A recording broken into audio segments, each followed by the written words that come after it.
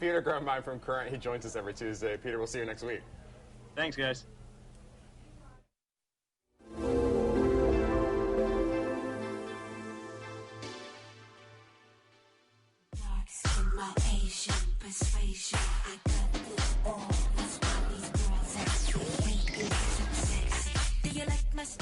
Oh yeah, that's Janet got Jackson. us bopping away. Yeah. Hello there, welcome to our 1 p.m. hour live from the Cine headquarters in Atlanta. I'm now modeling. I wonder what Peter would think of that song. I have a feeling he wouldn't like it. I don't think he'd like it either, but at some point you've got to accept that something might be successful for a reason.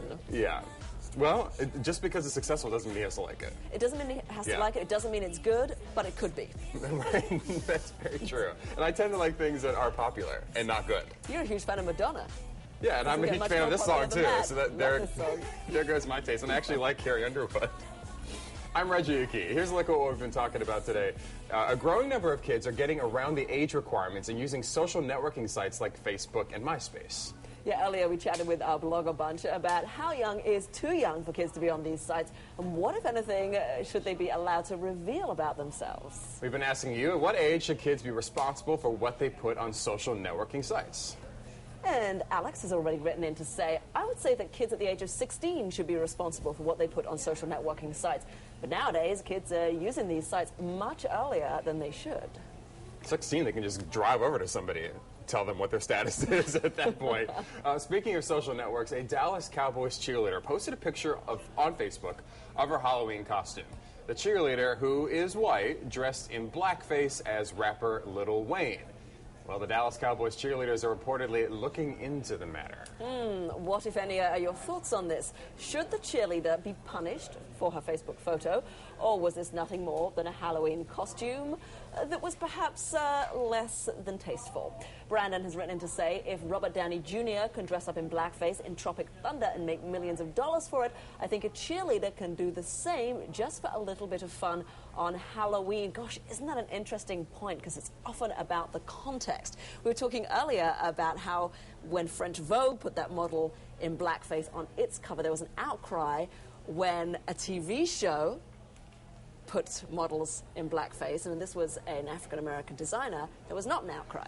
Yeah, and I think this is the argument that we get time and time again. Why can black people dress up, for example, if they wanted to, in whiteface, and why can white people not dress up in blackface? Well, we hear that's that the every time we bring this minority-majority up. It is, issue. and there are also racial politics that you have to understand that are involved The and put into history context. is completely different Yeah. for the two demographics. Although we've received a number of comments just like the one that you read. I'm surprised, actually, the number of people who are defending her choice in that costume. It's true. Thus far, it seems to be a ratio of about 4 to 1. Yeah.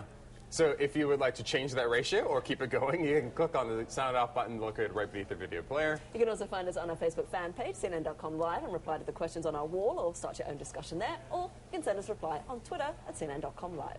And if it's, I feel like I'm tripping over my words more than often. I do have a lozenge in my mouth right now. That's causing things to be a little more incoherent than usual. You're feeling a little under the weather, A little bit. but you're valiantly forging on with the show, which My is very major purpose admirable. was not to get the remaining Boyz II Men singers infected with anything that I might have, given that their third person is already infected with the swine flu. Yes. Not that I'm saying I have the swine flu. I'm just saying I sanitized before they came on.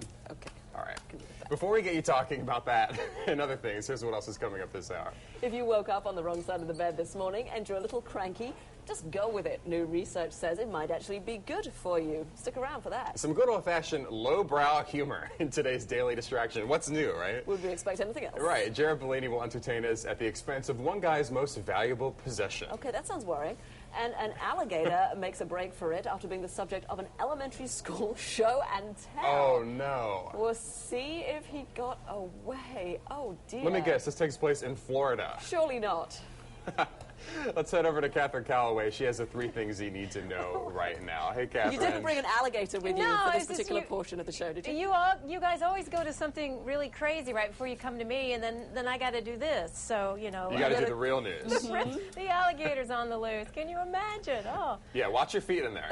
Because I released 3 alligators before the show started. crazy stuff. Yeah, here are the 3 things you need to know, and it involves no alligators. Republicans boycotted a Senate committee hearing today on a major bill to reduce emissions of greenhouse gases that contribute to climate change. Committee rules do require at least 2 minority party members to be present to reach a working quorum, but committee chair, Senate Democrat Barbara Boxer says that the committee will continue to meet.